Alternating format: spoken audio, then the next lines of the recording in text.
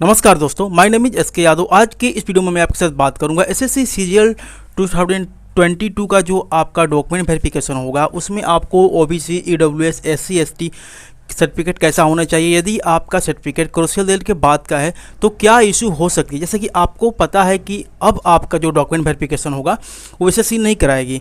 जो आपका allotted department होगा, मिनिस्ट्री होगी, जो भी ऑर्गेनाइजेशन आपको अलॉट होगा वो आपका डॉक्यूमेंट वेरिफिकेशन अपने स्तर से करवाएगा। तो यहाँ जो सबसे बड़ा मैंने देखा कमेंट में जो इशू है कि यदि मेरा सर्टिफिकेट क्रूशियल डेट के बाद का है तो क्या होगा। पहले आप लोग क्या होता था कि ये डॉक्यूमेंट वेरिफिकेशन में आप अपनी इच्छा से यूआर में कंसीडर करवा लेते थे यदि आपके मार्क्स जो हैं यूआर को क्लियर कर रहे थे। तो इन सारी चीज़ों के बारे में इस वीडियो में मैं बात करूंगा। यदि आपके क्वेरी इससे संबंधित है तो वीडियो को लास्ट तक देखिएगा, तभी सारी चीज़ें आपको समझ में आएगी। सबसे पहले मैं बात करूँ आपका ओबीसी सर्टिफिकेट के बारे में। तो ओबीसी सर्टिफिकेट आपको पता है कि आपको यहाँ पे सेंट्रल लेवल का होना चाहिए। सेंट्रल लेवल का एनसीएल नॉन क्रीमिलियर सर्टिफिकेट होना चाहिए और वहाँ पर जो आपका सर्टिफिकेट की वैलिडिटी होती है 3 ईयर्स तक होती है। मतलब क्रूशियल डेट से 3 साल पहले तक का यदि आपका ओबीसी है तो जनरली इस कंडीशन में आपको यहाँ पे क्लियर मिलता था। ओके, अब यहाँ पे डाउट जो है कि यदि मेरा सर्टिफिकेट जो है क्रूशियल डेट के बाद का होगा तो डिपार्टमेंट क्या करेगा। देखिए, पहले भी डिपार्टमेंट अपने तरफ से डॉक्यूमेंट वेरिफिकेशन करता था, एसएससी तो करती ही थी, लेकिन डिपार्टमेंट के पास पूरा अधिकार था कि आपको फाइनल ज्वाइनिंग के टाइम आपको रिजेक्ट कर दे या वहाँ पर ज्वाइनिंग आपको रोक दे। तो इससे डरने की कोई बात नहीं है। सेम चीज़ें पहले वाला ही जैसे होने वाली है। जैसे अकॉर्डिंग टू मी, मैं अपने अनुसार बतला रहा हूँ कि मुझे लग रहा है कि सेम चीज़ें पहले वाली होने वाली है, लेकिन थोड़ा सा यहाँ पे डिफरेंट जो आपका प्रोविजनल को होगा, यहाँ पे आपको प्रोविजनल नहीं मिलेगा। यदि आपका सर्टिफिकेट क्रूशियल डेट के बाद का है, मैं यहाँ पे पार्टिकुलरली ओबीसी सर्टिफिकेट की बात कर रहा हूँ, आपका सर्टिफिकेट क्रूशियल डेट के बाद का है तो वहाँ पर डिपार्टमेंट आपसे 2 चीज़ें करवा सकता है। आपको बोलेगा कि आप क्रूशियल डेट के पहले एनसीएल में आते थे, इस बात की आप सत्यापता करवाइए, मतलब ये बात आप प्रूफ कीजिए। तो ये किस तरीके से प्रूफ करवाता है, जैसे पहले होता था कि डिपार्टमेंट आपको फॉर्मेट देता था, बोलता था कि आप इस पे मेंशन करवा कर लाइए कि हाँ आप इस ड्यूरेशन से इस ड्यूरेशन के बीच में एनसीएल में आते थे। या कहीं कहीं देखने को मिलता है कि आपको कोर्ट एफिडेविट, जो फर्स्ट क्लास मजिस्ट्रेट थे वहाँ सर आपको कोर्ट से एफिडेविट करवा कर ले जाना पड़ता था। तो सेम चीज़ें वही रहने वाली हैं, ठीक है। डिपार्टमेंट भी वही है जो पहले डॉक्यूमेंट वेरिफिकेशन कराता है, सेम चीज़ें वही रहेगी। लेकिन इस सिचुएशन में मैं आपसे एक सजेस्ट करना चाहूँगा कि यदि आपके मार्क्स जो हैं यूआर के क्लियर कर रहे हैं तो वहाँ पे ये आपको लफड़ा देखने को नहीं मिलेगा। तो यहाँ पे जो क्लियर निकल रहा है कि यदि आपका सर्टिफिकेट क्रूशियल डेट के बाद का है तो आपको थोड़ा सा प्रॉब्लम होगा। कोई भी डिपार्टमेंट में भी हो सकता है कि वहाँ पे थोड़ा स्ट्रिक्टली हो, आपका प्रॉब्लम हो सकती है, चांसेस हैं।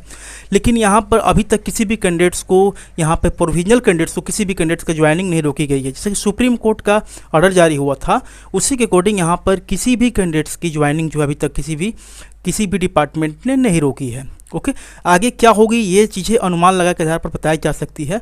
लेकिन जो आपका ओबीसी को लेकर क्रूशियल डेट का इशू है, मेरे अकॉर्डिंग यही होना चाहिए। अब यहाँ पर एक और चीज़ निकल कर आती है, यदि आप ओबीसी कैंडिडेट है और आपने यूआर के कटऑफ को क्लियर किया है तो सबसे पहले समझिए पहले क्या होता था। जैसे कि आप ओबीसी कैंडिडेट्स हैं, आपने यूआर के कटऑफ को क्लियर किया तो आपकी जो ज्वाइनिंग हो रही थी वो यूआर से हो रही थी। आपका जो ऑर्डर लेटर मिलेगा जब आप ज्वाइन कर लीजिएगा तब आपका जो भी ऑर्गेनाइजेशन हो वो एक ऑर्डर लेटर जारी करता है, ऊपर क्लियरली मेंशन रहेगा कि आप ओबीसी कैंडिडेट्स हैं लेकिन आपकी जो ज्वाइनिंग है यूआर से होती है। तो उस सिचुएशन में आपका ओबीसी नहीं लगता है, उस सिचुएशन में आपका ओबीसी वहाँ पे नहीं मांगा जाएगा।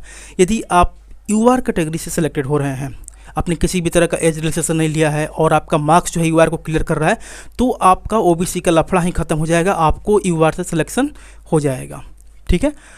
दूसरा बात मैं कर रहा हूँ ईडब्ल्यूएस के बारे में। ईडब्ल्यूएस को लेकर सिर्फ एक ही चीज़ इंपॉर्टेंट है, वो है आपका फाइनेंशियल ईयर और वैलिड ईयर। फाइनेंशियल ईयर और valid year according to notification आपका होना चाहिए। क्रूशियल डेट को लेकर कोई इशू देखने को नहीं मिलेगा, जिस तरह के एसएससी या कोई भी और भी जो रिक्रूटमेंट बोर्ड है वो करवा रहा है कि सिर्फ आपका फाइनेंशियल देखा जा रहा है कि आपका फाइनेंशियल ईयर और valid year according to notification है या नहीं। मे बी यदि आपका सर्टिफिकेट क्रूशियल डेट के बाद का भी हो, 1 मंथ या 10-15 दिन कुछ बाद का भी हो, लेकिन आपका जो फाइनेंशियल ईयर और valid year according to notification है तो कोई इशू देखने को नहीं मिलेगा। लेकिन यहाँ पर यदि आपका फाइनेंशियल ईयर और valid year according to notification नहीं है तो आपको यहाँ पे यूआर में कंसीडर किया जाएगा।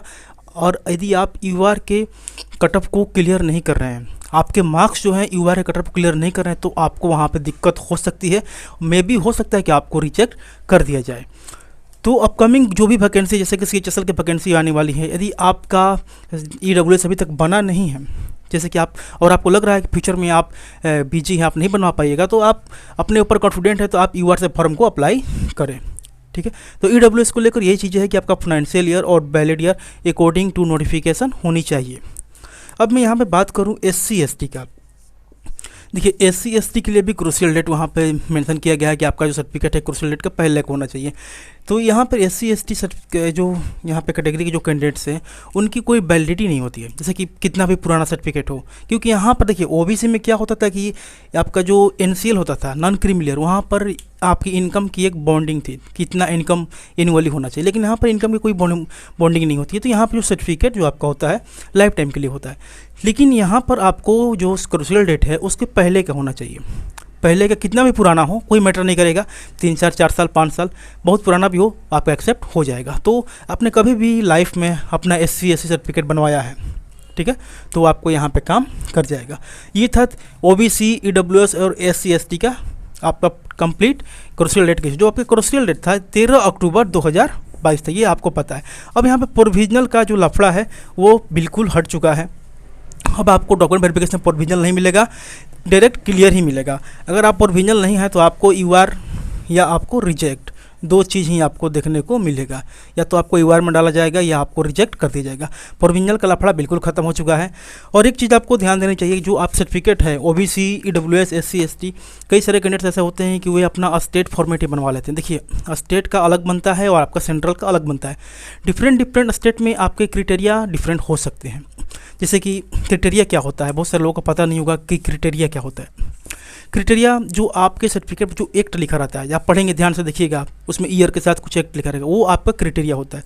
तो आपको क्या करना चाहिए, आपका जो सर्टिफिकेट होगा वो सेंट्रल फॉर्मेट में बनवाना चाहिए, चाहे वो आपका OBC हो, चाहे वो आपका EWS हो, चाहे आपका SC ST हो।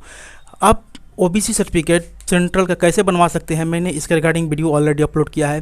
SC ST कैसे बनवाएंगे सेंट्रल लेवल को भी ऑलरेडी अपलोड किया है। उसको देखना चाहें तो मैं वीडियो के जो आपका डिस्क्रिप्शन है इसमें इसका लिंक दे दूंगा, आप वहां से जाकर देख सकते हैं।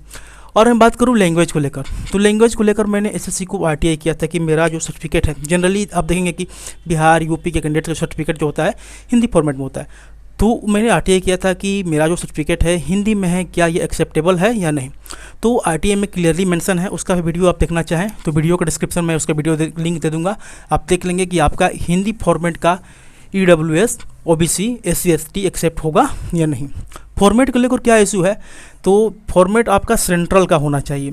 SSC का फॉर्मेट मैंडेटरी नहीं है, मतलब कि आप बनवाएंगे तो बेटर है, लेकिन आपका सेंट्रल का फॉर्मेट होगा तो एक्सेप्ट हो जाएगा। लेकिन मैं सजेस्ट करूंगा कि आप जो है फॉर्मेट सेंट्रल का ही बनवाएं।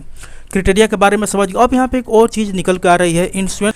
यहाँ पे लाइट चली गई है, यदि आपको क्लियर विजिबल है तो थोड़ा चीज़ों को समझ लीजिएगा, एडजस्ट कर लीजिएगा। मैं कहना चाह रहा था कि यहाँ पर जो आपका सर्टिफिकेट जो है वो किस इंश्योरेंस से, मतलब किस इंश्योरेंस अथॉरिटीज़ के द्वारा निर्गत होना चाहिए। जैसे कि कई स्टेट में रेवेन्यू अफसर, तहसीलदार, CO, SDO, ये सारे ऑफिसर जो हैं आपको सर्टिफिकेट प्रोवाइड करते हैं। तो आपको अगर इस चीज़ के रिगार्डिंग डाउट होगा कि मैं सर्टिफिकेट किस अथॉरिटी से बनाऊं, मैंने रेवेन्यू अफसर से बनवाया है, तहसीलदार से बनवाया है, CO से बनाया है, मैंने नायब तहसीलदार से बनवाया है, मैंने बताया है कि नायब तहसीलदार सर्टिफिकेट आप एक्सेप्ट नहीं होगा। इस सारी चीज़ों को देखने के लिए भी मैंने वीडियो में अब एक वीडियो बनाया है अलग से, उसमें काफ़ी डिटेल समझाया गया है। इस वीडियो में बनाऊँगा, इसमें बताऊँगा तो चीज़ें काफ़ी लंबी हो जाएगी, तो आप उस वीडियो को जाकर देखना चाहें तो देख सकते हैं, जिसका लिंक मैंने वीडियो को डिस्क्रिप्शन में दे दिया है। तो ये सारी चीज़ें हैं, यदि आपको इस सर्टिफिकेट को लेकर कोई भी डाउट हो तो आप कमेंट में पूछ भी सकते हैं। और यहाँ पर डिस्क्रिप्शन में सारे ये जो मैंडेटरी आपके लिए जो डाउट्स के वीडियो हैं वो यहाँ पे प्रोवाइड कर दूंगा। यदि आपको वीडियो हेल्पफुल लगी हो तो प्लीज़ लाइक जरूर कीजिए, चैनल पर नए हो सब्सक्राइब जरूर कीजिए। Thanks for watching this video.